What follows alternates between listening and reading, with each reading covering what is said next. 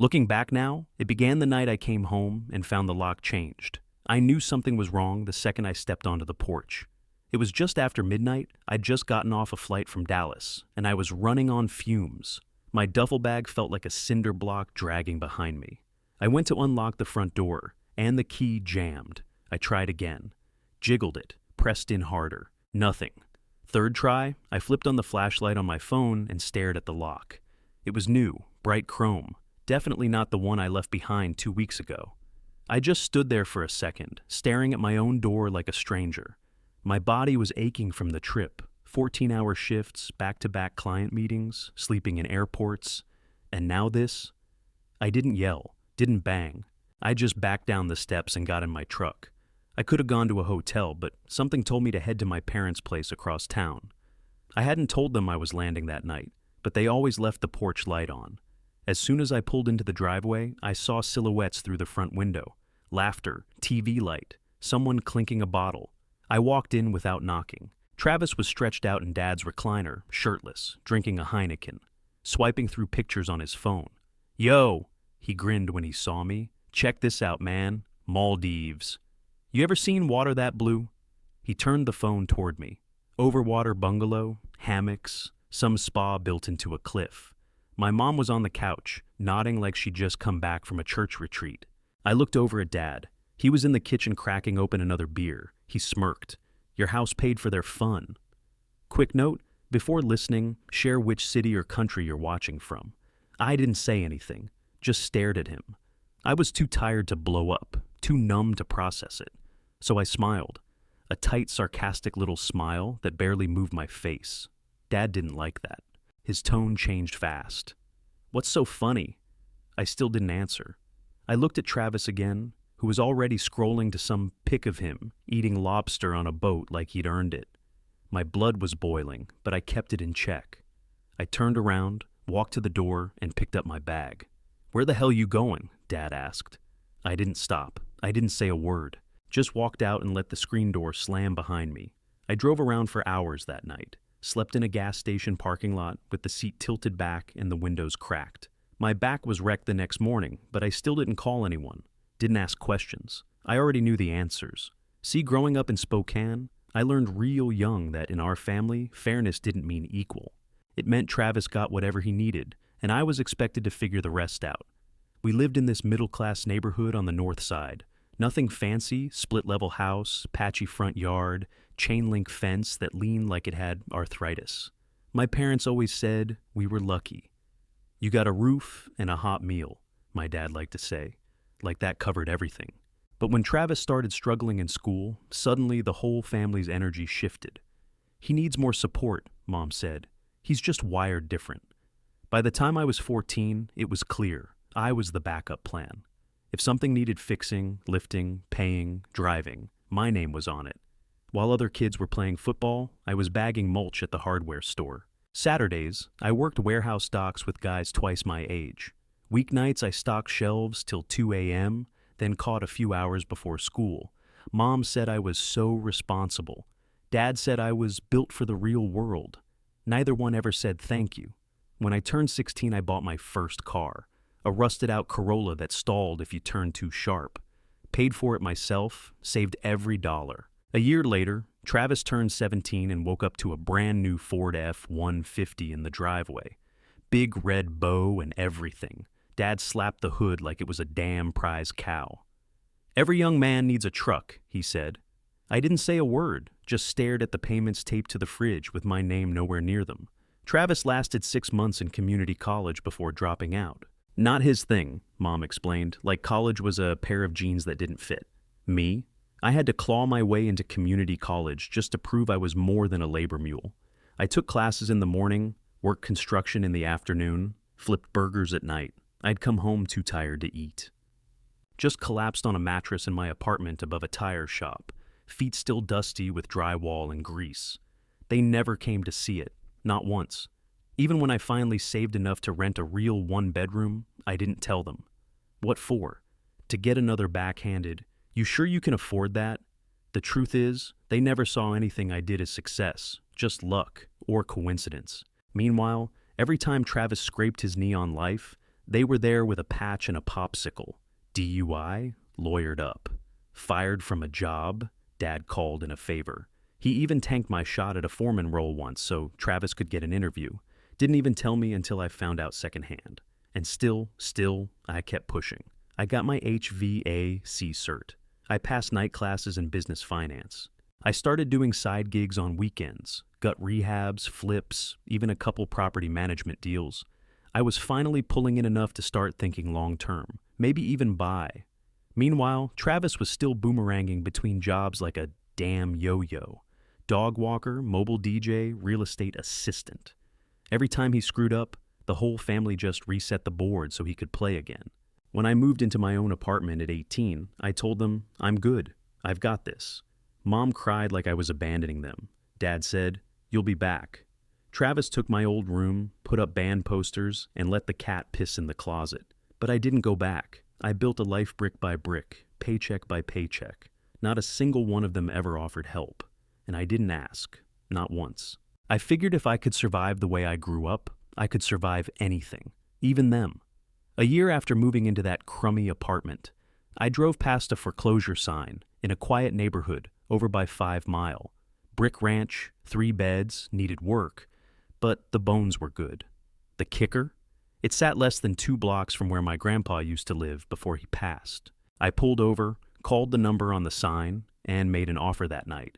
Cash deal, all my savings plus a small loan I'd been pre-approved for. By the end of the month, it was mine. No one handed it to me.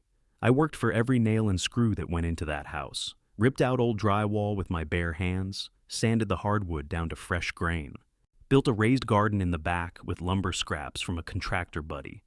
I'd come home from work covered in cement dust and spend another 4 hours rewiring outlets or patching ceiling leaks. I didn't care how long it took. That place wasn't just a roof, it was proof. A few months in, I finally invited the family over. I grilled burgers, had cold beer in the fridge, even lit a citronella candle like some kind of host. Mom walked in, looked around and said, "It's cute." A little dated, but cute. Travis opened the fridge and laughed. "This kitchen looks like something out of 1994. Dad walked straight to the dining room window, peeked out and asked, "Hope you didn't overpay?" I took a long sip of beer so I didn't say what I really wanted to, because deep down, I already knew the truth. They couldn't be happy for me if it meant I'd gotten somewhere without them. Didn't matter. That house was mine. My name was the only one on the deed. I didn't need their approval. A few weeks later, my manager pulled me into a closed-door meeting, said corporate needed someone to fly out to Tokyo to pitch a new product at a partner summit. 2 weeks, fully covered. If I nailed it, they were rolling out a new senior lead position, something I had been chasing for years. It was the kind of break I'd been killing myself for. But I'd never left the house for more than a weekend. That's when Mom called me out of the blue, said she heard about the trip from my cousin and wanted to help. "I can swing by while you're gone," she offered. "Make sure the pipes don't freeze or whatever. You can leave a key under the mat." I hesitated. I really did. Every cell in my body told me no, lock the doors and call it good. But part of me wanted to believe, just once, that maybe they'd finally respect what I'd built, that maybe she meant it. So, against my gut, I tucked a spare key in the planter on the porch and texted her, "Only if you need to." I left that Friday, boarded the flight with 2 suits, a stack of printouts, and my entire future hanging on one sales pitch. As I walked through the terminal, phone buzzing with client updates, I kept thinking, don't screw this up. Don't look back. I didn't know I was walking away from my house for the last time. 14 hours in the air, 2 layovers.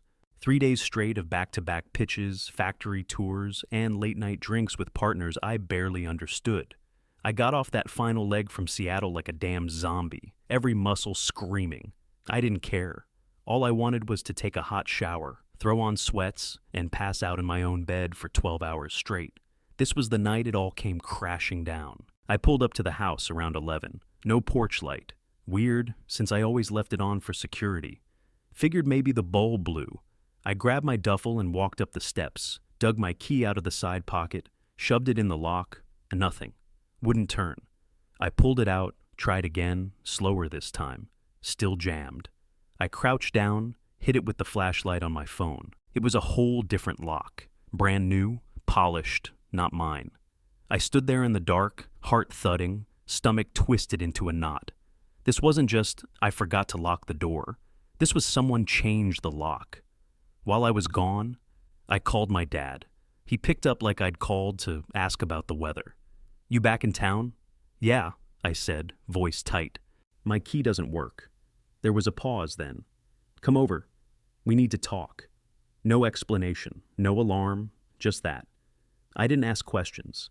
Just got back in the truck and drove across town, hands white-knuckled on the steering wheel the whole way. I walked into the living room and nearly turned around on the spot. Travis was parked on the couch, beer in hand, feet kicked up like he owned the place. He had this cocky, half-drunk grin plastered on his face. "You gotta see these pics, man," he said, holding up his phone. I didn't move. He tapped through shots, overwater bungalows, spa tables with rose petals, some plated dish with gold flakes on it. Maldives, bro, 7 nights, private chef, private beach, unreal. I didn't even look at the screen. I was staring at my mom, who was sitting across the room like this was any other Tuesday night. Then I turned to Dad, who was cracking open another beer behind the kitchen counter. He looked straight at me and said it like he was announcing a football score. "We sold your house." My ears started ringing. "All cash," he added. "Fast close. You should have seen the offer. Too good to pass up."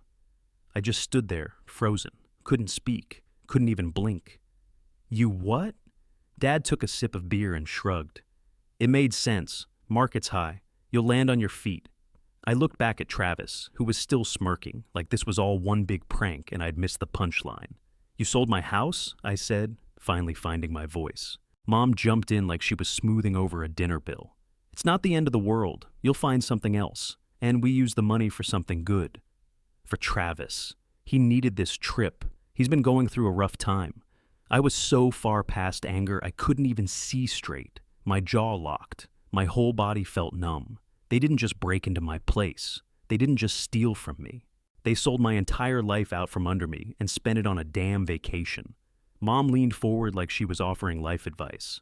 "Sweetheart, it's just a house. You can always buy another." I didn't answer. I was staring at her like I'd never seen her before. She actually believed that, like she'd just cleaned out an old closet I wasn't using. Travis cracked another beer and stretched his legs like he was settling in for movie night. Honestly, I needed that trip, man. I was spiraling. That place, it helped me heal. I turned to Dad.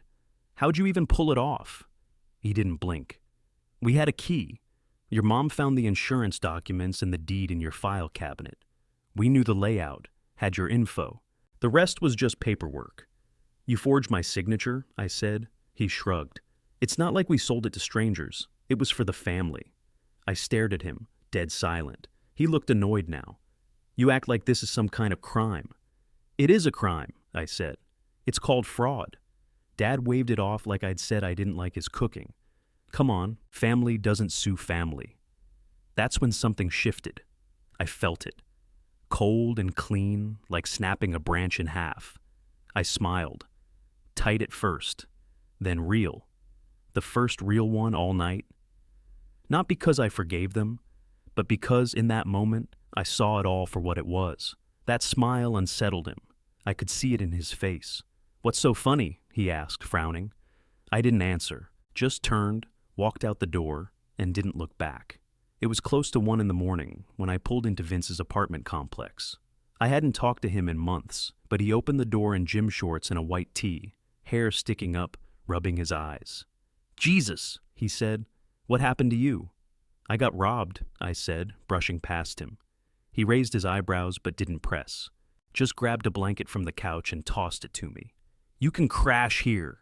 I dropped my bag on the floor and sat down, finally letting out a breath that felt like it had been trapped for hours. Vince sat across from me, arms resting on his knees, watching me like I was a ticking bomb. After a minute, he asked it. The question everybody was going to ask once this thing got out. "What the hell are you going to do now?" I didn't answer him either, not yet. I didn't sleep that night, just laid there on Vince's couch staring at the ceiling, heart still hammering. By morning, I was wired, not panicked, focused. While Vince made coffee, I finally told him the thing nobody else knew. "The house wasn't technically mine," I said. He blinked. "What do you mean?" It was part of a living trust. My grandfather set it up before he passed. Vince froze mid-pour. Wait, your granddad? The one who had that farm up north? Yeah, he didn't trust my dad. Said he'd already drained him once. So he put the house under a trust, listed me as trustee, made it ironclad. Vince handed me a mug, still confused. Then how'd they sell it? That's the part they didn't get. The trust has clauses, serious ones. If anyone in the family tampers with the assets, forges anything, misuses a dime, they're cut out, permanently. His eyes widened. So, they screwed themselves. Not just that, I said. I had security cameras, hidden ones. I don't trust people in general, never have. So, when I moved in, I installed cams in the home office and hall closet. You're kidding me. I pulled up the files on my phone, hit play. Travis, digging through my desk. Mom flipping through the folder with the deed and insurance paperwork. Dad sitting at the kitchen table, pen in hand, signing my name. Holy shit, Vince muttered. They forged everything, I said. Not just the paperwork, signatures, phone calls, even power of attorney documents that don't exist. It's all on video, date stamped. Clean as daylight, I tapped on my contacts and called Mr. Langford, my grandfather's old estate attorney. He hadn't heard from me in years, but the second I said my last name, his tone shifted. Come in, he said. We have a lot to talk about. I drove down to his office, half numb, half fired up. I brought everything, video files, scanned copies of the sale documents, even a thumb drive with every login timestamp from my home alarm system. Langford laid it all out on the table, literally, reviewed the trust line by line. This clause here, he said, pointing with a pen, is your hammer. Your father, mother, and brother acted against the fiduciary interests of the trust. They committed fraud. That activates their disinheritance, effective immediately. They're out? I asked. Gone, he said. And it's not just this house. Your grandfather put more than one property into the trust. There's a small apartment building in Boise, 2 acres of farmland, and about $300,000 in long-term investments. I stared at him. Wait, what? Langford smiled slightly. Your grandfather knew exactly who he was dealing with. He just didn't think it would all fall apart this fast. They thought they hit the jackpot, I said, mostly to myself.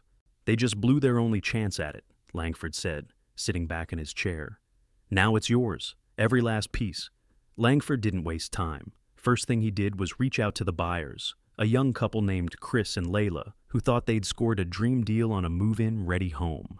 We met at his office that same week. They came in smiling, but the second Langford laid out the truth, those smiles died fast. You're telling me, Chris said, jaw clenched, we paid who for this house? Layla looked like she was going to throw up.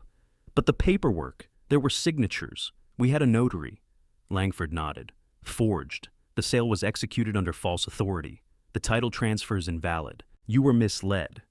They were pissed, but they weren't stupid. Once I showed them the security footage, they agreed to cooperate fully. They'd get refunded through title insurance, and they wanted my family's heads on a stick. Good. So did I. Langford brought in Detective Ramirez, a no-nonsense guy from the Financial Crimes Unit.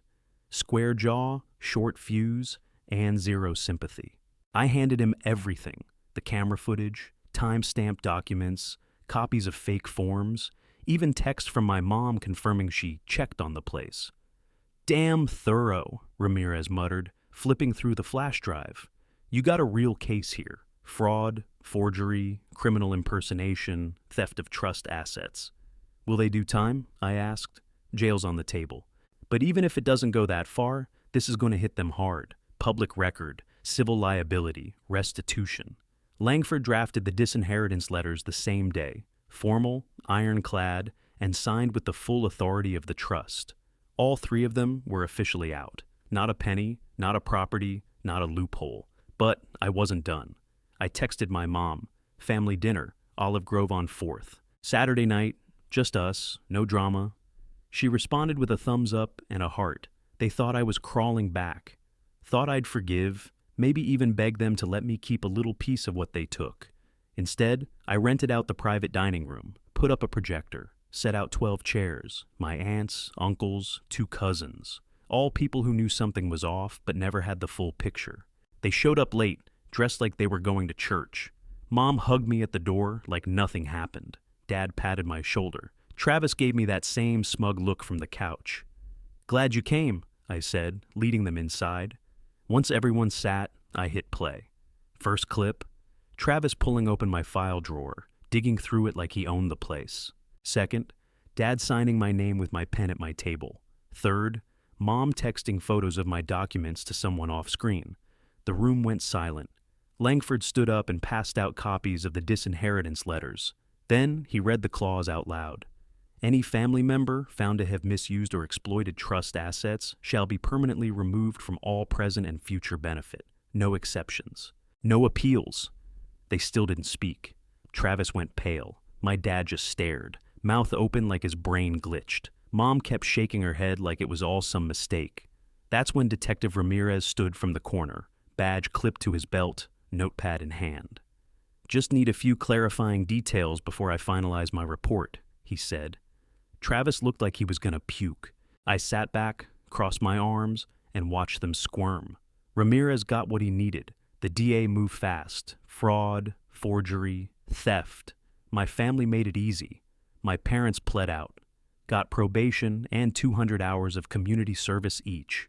I heard my mom ended up picking up trash on the side of I-90 in a neon vest. My dad had to scrape gum off bleachers at the middle school where he used to coach. Travis got slapped with restitution, had to repay the full cost of that Maldives trip, which they'd charged to a card tied to my trust. Close to $18,000. He couldn't pay it, obviously. Last I heard, he was washing cars behind a strip mall off Francis Avenue. No benefits, no salary. Just soggy tips in a jar on a folding table. Rain or shine. Their reputation tanked. Fast. The friends they used to brag to? Gone. The neighbors who waved every morning turned cold. Dad's contractor buddies stopped calling. No more referrals. No more good guy deals. Eventually, they had to sell their house. They moved into a one-bedroom rental near the train tracks. I drove past it once just to see. Peeling paint, broken blinds, a dead plant in the window. I didn't feel anything. By the end of that month, I'd taken back my house. Langford cleared everything with the title office. The young couple who'd bought it had already closed on a better place, something with a bigger yard and zero drama. They left the place spotless, even fixed the back gate before moving out. I stood in the entryway the day I came home, same floors, same kitchen, but it felt like a crime scene. So I got to work. First thing I did was rip out the flooring. Every plank they walked on, gone. I repainted every wall, every door frame, every ceiling. No more beige, no more memories. I rebuilt the raised garden in the back, new wood, better drainage. My grandfather's old birdhouse went up on a fresh pole. I planted sunflowers and snap peas. Started spending mornings out there drinking coffee, listening to the silence. Then I called Langford again. I told him I wanted to set up a scholarship, something small, something local, for trade kids, HVAC, plumbing, electrical, the ones who didn't get handed things but showed up anyway, the ones like me. We used part of the trust fund to start it. First award went out to a girl from Rogers High. She cried when she found out she wouldn't have to drop out. People asked me if I was angry, if I wanted revenge. Number? That was too easy. I didn't take revenge, I took the win. 2 years passed, and they still wouldn't leave me alone. My mom sent texts every few weeks, paragraphs begging for family forgiveness, like she was the one abandoned. She'd say things like, "We made mistakes, but we're still your parents," or "Your brother is struggling and it's tearing us apart." My dad wasn't any better. He'd email once every few months with lines like, "We gave you life, and this is how you repay us," or "Your grandfather would be ashamed of how you've treated us." I finally sent one message back. Just one. "You didn't lose the trust money because I punished you. You lost it because you earned it." I never replied again. Last I heard, they followed Travis to Phoenix, some rundown complex near Glendale. He's still broke, still blaming everyone but himself. My mom picked up a part-time gig folding clothes at a strip mall. Dad sits at home, yelling at the news. They used to throw barbecues and brag about how tight our family was. Now they won't even get a birthday call from the cousins. Word travels fast when your own kid drags you into court for theft, and wins. But me, I've got peace. My garden's blooming again. Tomatoes, zucchini, snap peas crawling up the trellis I built with Vince. The lawn looks clean. The gutters don't sag anymore. The new roof held up through last winter, even with all that snow. No leaks, no drafts. Vince drops by sometimes with a six-pack and bad jokes. We sit on the back steps and listen to the crickets. One night, he cracked open a beer and said, "Man, place looks better than ever." I nodded. "Funny thing," I said, "they thought they stole my house. All they did was give it back to me, better than before." He raised his bottle. "Damn right." And that was it. That was the truth. I don't hate them. I don't wish them pain. I don't want them back. I just don't know them anymore. And honestly, I'm good with that. Because sometimes walking away isn't losing. It's the only way to win.